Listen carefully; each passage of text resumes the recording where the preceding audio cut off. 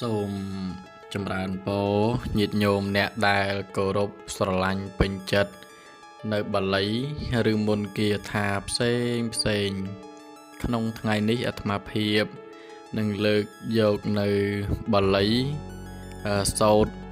បាលីធ្វើឲ្យគេអាណិតណាបាលីធ្វើឲ្យគេអាណិតនឹងឧទាហរណ៍ថាអញ្ចេះប៉ុន្តែមុននឹងចូលទៅសិក្សារៀនបាលីនឹងអធិស្ឋានសិនញាតិញោមចុច Subscribe ម្នាក់មួយផងណានិង like នៅលើវីដេអូនឹងម្នាក់មួយទៅដើម្បីទទួលបាននៅវីដេអូថ្មីទៀតក្រែងលោអាត្មាភាពបង្ហោះឬក៏ចែកចាយវីដេអូបង្រៀនអីញាតិញោមអាចយកទៅប្រើប្រាស់បន្តនៃការសិក្សារៀនសូត្របន្ថែមដូចនេះដើម្បីកុំឲ្យខាតពេលតោះយើងចូលទៅបញ្យល់អំពីបាលីសូត្រធ្វើឲ្យគេអាណិតយើងនឹងជាធម្មតាទេអញ្ចេះប្រើនឹងវាបានអានុភាពទៅលើស្រីណាបានអានុភាពស្រីនឹងគឺធម្មតាជួយយើងចង់ឲ្យគេអាណិតយើងរបៀបថាដូចថាយើងពេញចិត្តជាមួយនឹងបុគ្គលណាម្នាក់អញ្ចឹងប៉ុន្តែដូចថាគេមើលទៅដូចវាអត់អាណិតយើងវាគ្រាន់តែស្រឡាញ់ក៏ប៉ុន្តែអត់អាណិតណាស្រឡាញ់តែអត់អាណិតយល់ពាក្យថាអាណិតហ្នឹងវាសំខាន់ណាវាសំខាន់ពាក្យថាអាណិតហ្នឹងវាសំខាន់ណាអញ្ចឹងដើម្បីធ្វើឲ្យគេអាណិតកាលណាដែលគេធម្មតាពាក្យថាអាណិតធំជាងស្រឡាញ់បើសិនជាអាណិតណា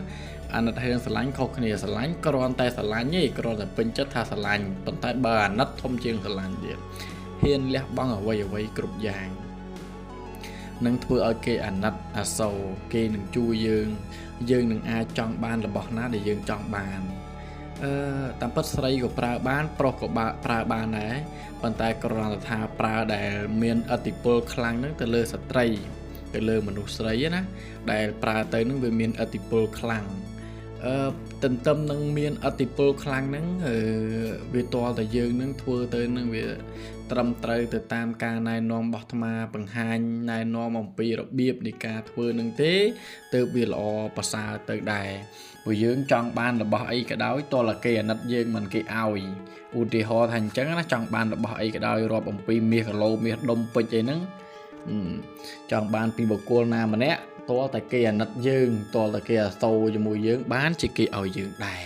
ដូចនេះហើយអាត្មាមិនខាតបញ្យលប៉ុណ្ណឹងចង់និយាយថាការបញ្យលនេះវាងាយស្រួលក្នុងការស្ដាប់ញាតិញោមគណាពាក្យថាអាណិតសោតឲ្យគេអាណិតណាសោតឲ្យគេអាណិត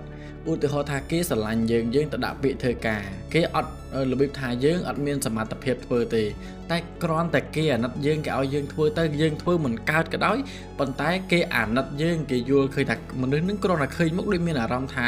អាណិតបើសួរថាស្រឡាញ់អត់យូនកាលបើសួរថាស្រឡាញ់អត់ប៉ុន្តែមិនបានយកអាណិតមកពីអាណិតណែវាអញ្ចឹងទៅវិញណាចឹងខ្ញុំយល់អំពីចំណុចហ្នឹងណាពាក្យថាអាណិតហ្នឹងធំជាងស្រឡាញ់ពាក្យថាអាណិតអាសូរហ្នឹងណាបើគេអាណិតគេអីហ្នឹងអាហ្នឹងគ្រាន់បើហើយអញ្ចឹងទេបាលីសូត្រហ្នឹងណាដើម្បីសូត្រឲ្យគេអាណិតហ្នឹងត្រូវមានរបៀបយ៉ាងម៉េចថាសូត្រឲ្យគេអាណិតហ្នឹងបាលីហ្នឹងសូត្រ7ចប់ហើយនឹង7ដងហ្នឹងវាតែមួយទេណា7ចប់និង7ដងវាតែមួយទេសូត្រ7ចប់ក៏ប៉ុន្តែសូត្រហ្នឹងសូត្រពេលព្រឹកបានន័យថាក្រោយពីដេកមុជទឹកឲ្យស្អាតដុសធ្មេញឲ្យល្អបាញ់ទឹកអប់ទៅហើយសូត្របាលីនឹង7ចប់អាហ្នឹងចំពោះអ្នកដែលឧទាហរណ៍ថាលើស្អែកហ្នឹងត្រូវទៅដាក់ពាក្យធ្វើការត្រូវសូត្រ7ចប់ពីយប់ពីព្រឹកទៅហើយហ្នឹងឧទាហរណ៍ណាព្រលឹមឡើងយើងឡើងទៅធ្វើការត្រូវសូត្រឲ្យហើយដាក់ពាក្យធ្វើការក្តីធ្វើតេស្តក្តីធ្វើអីហ្នឹងណាត្រូវសូត្របាលីនឹងហើយបន្ទាប់មកទៀតបើសូត្រឧទាហរណ៍ណាបើថាសូត្រចង់ឲ្យអ្នកណាយើងស្រឡាញ់ហ្នឹងគេអាណិតយើងណាអាណិតណាចង់ឲ្យគេអាណិតយើងគេបកមករើយើងវិញត្រូវសូត្រនៅពេលយប់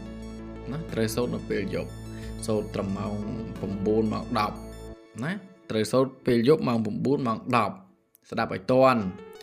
ណាបើដាក់ពាក្យធ្វើការឬក៏ធ្វើការឬក៏សូត្រឲ្យមេអាណិតយើងឲ្យកូនចៅអាណិតយើងឲ្យមេអាណិតយើងឲ្យអ្នកធំគេអាណិតយើងត្រូវសូត្រពីព្រឹកមុជទឹកឲ្យស្អាតដុសធ្មេញឲ្យល្អបន្ទាប់មកបើសិនជាសូត្រសម្រាប់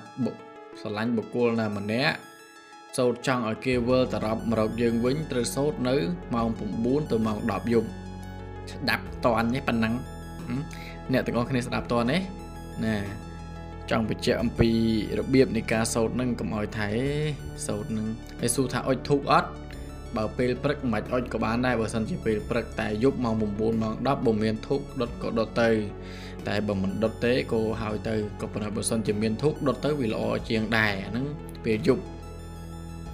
ហើយបើសួរថាប៉ាកែឬមិនប៉ាកែវាប៉ាកែក៏ប៉ុន្តែយើងមើលវាអត់ឃើញណាប៉ាកែមិនប៉ាកែវាប៉ាកែប៉ុន្តែយើងមើលអត់ឃើញជឿអត់ជឿបើមិនជឿអត់ប៉ាកែស្ដាប់តនេះជឿអត់ជឿបើជឿប៉ាកែបើមិនជឿគឺអត់ប៉ាកែយល់អត់ណាយល់ទេហ្នឹងហើយអញ្ចឹងរបៀបបង្រៀនហ្នឹងខ្មែរចង់បង្ហាញអំពីការណែនាំប៉ុណ្ណឹងដើម្បីកុំឲ្យយូរកាលអាត្មានឹងចូលទៅបង្រៀននៅបាលីសូត្រតែម្ដងបញ្ជាក់ថាបាលីហ្នឹងសូត្រ7 ដងណាសូត្រ7ចប់សូត្រ7ចប់ឥឡូវដើម្បីកុំឲ្យខាតពេលយូរយើងចូលទៅអនុវត្តសិក្សារៀនសូត្រនៅបាលីគាថាយើងតែម្ដងតែដំបូងត្រូវពោលអ្នកមុត3ចប់ទាំងអស់គ្នាសិនខ្ញុំណាนะโมตัสสะภะคะวะโตอะระหะโตสัมมาสัมพุทธัสสะนะโมตัสสะภะคะวะโตอะระหะโตสัมมาสัมพุทธัสสะนะโมตัสสะภะคะวะโตอะระหะโตสัมมาสัมพุทธัสสะក្រោយអំពីញាតិញោមពោលអ្នកមោតចប់3ចប់ដូច្នេះរួចកាលណាត្រូវសូត្របាលីឬគាថាដែលយើងបានសិក្សារៀននេះ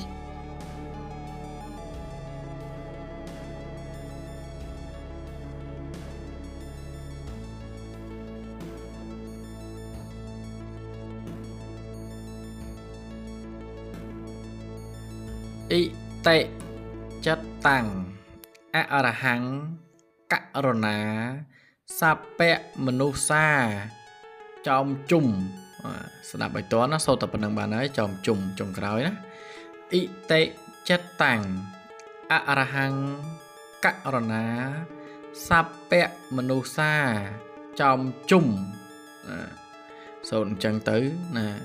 សូត្រតែ7 ដងទៅ7ចប់ទៅតានីថាញាតិញោមនឹងទទួលបាននៅផលបើមិនទទួលបានផលទេសូត្រទៀតបើសូត្រមិនបានទេសូត្រទៀតហ្នឹងហើយសូត្រទៀតទៅសូត្រទៅមកទៅណាចឹងញាតិញោមយល់ទេប៉ុណ្ណឹងណាឥឡូវប្រសិនហ្នឹងប្រសិនបើញាតិញោមមិនទាន់យល់ឬមិនទាន់ច្បាស់ត្រង់ចំណុចកន្លែងណាមួយទេលោកគ្រូលោកក្មួយលោកប្អូនលោកកូនលោកចៅណែខ្ញុំកណានោះមិនទាន់យល់ទេត្រង់ចំណុចកន្លែងនេះសូមឲ្យលោកគ្រូជួយបកស្រាយជួយបំពេញជួយបន្ថែមបើមិនអីទេខ្ញុំណា Telegram និងលេខទូរស័ព្ទអាត្មាភាពផ្ទាល់096 704 ការ៉េ 8បញ្ជាក់លេខទូរស័ព្ទម្ដងទៀត096 704 ការ៉េ 8ញាតិញោមអាចតំណាក់តំណងមកសួរតាមលេខនឹងចោះបើសិនជាញាតិញោមមានវិបត្តិកើតទុកមិនសុខចិត្តបាយមិនបានសម្រាមមិនលោកបក់មិនលហើយក្រែងលោមានវិបត្តិផ្លូវចិត្តត្រង់ចំណុចណាមួយនោះក៏សូមតំណាក់តំណងមកសួរចោះអាត្មាមិនរឹកមិនអើងទេវីដេអូយើងឃើញថាប៉ុណ្ណេះហើយក៏សូមចម្រើនពរលា